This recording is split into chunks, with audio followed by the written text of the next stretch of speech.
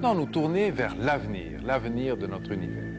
Que deviendra-t-il dans des milliards et des milliards d'années? Aura-t-il un jour une fin? Et si oui, laquelle?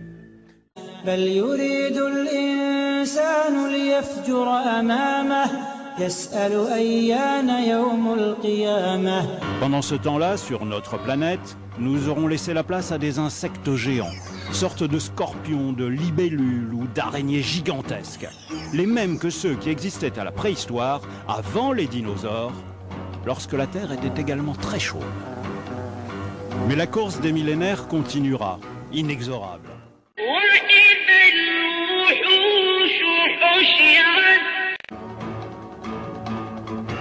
4 milliards d'années dans l'avenir, la Terre sera devenue un enfer totalement inhabitable, plusieurs milliers de degrés.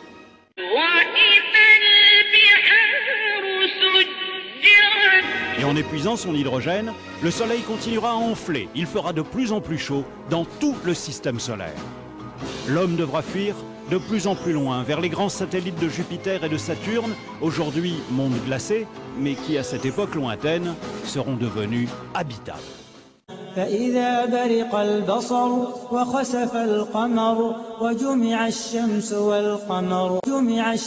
والقمر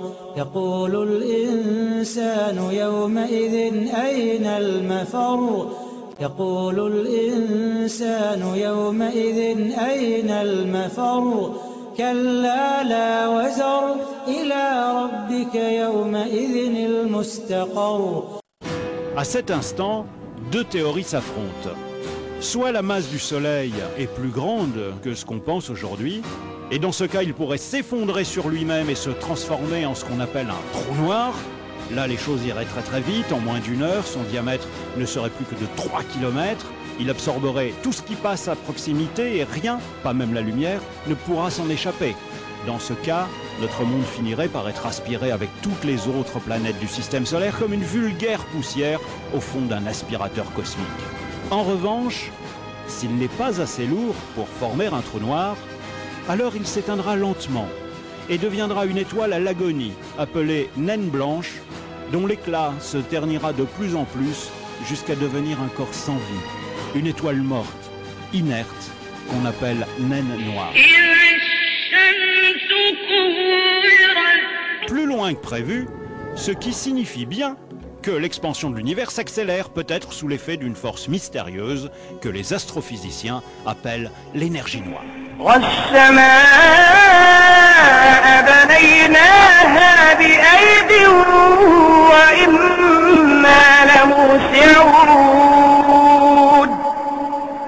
Et dans ces galaxies, tout comme notre propre Soleil, les étoiles vont progressivement s'éteindre, une à une, se transformant selon leur masse en naines noires, en géantes rouges, en étoiles à neutrons, et pour les plus massives, au moins la moitié d'entre elles, en trous noirs.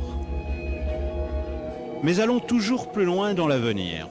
Nous voici 100 000 milliards d'années après le Big Bang.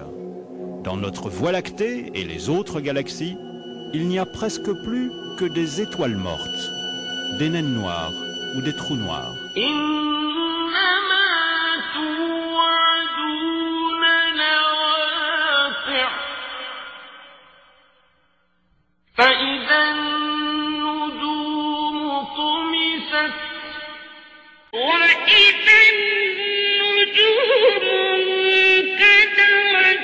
La matière à son tour commencera à se désagréger. Pourquoi? Parce que les atomes eux-mêmes ne sont pas éternels. Les protons, les noyaux des atomes, auront atteint leur limite de vie dans 1 milliard de milliards d'années. Alors, les carcasses inertes des planètes et des étoiles partiront elles-mêmes en poussière. Enfin, l'univers tout entier pourrait s'évaporer dans le froid et le néant.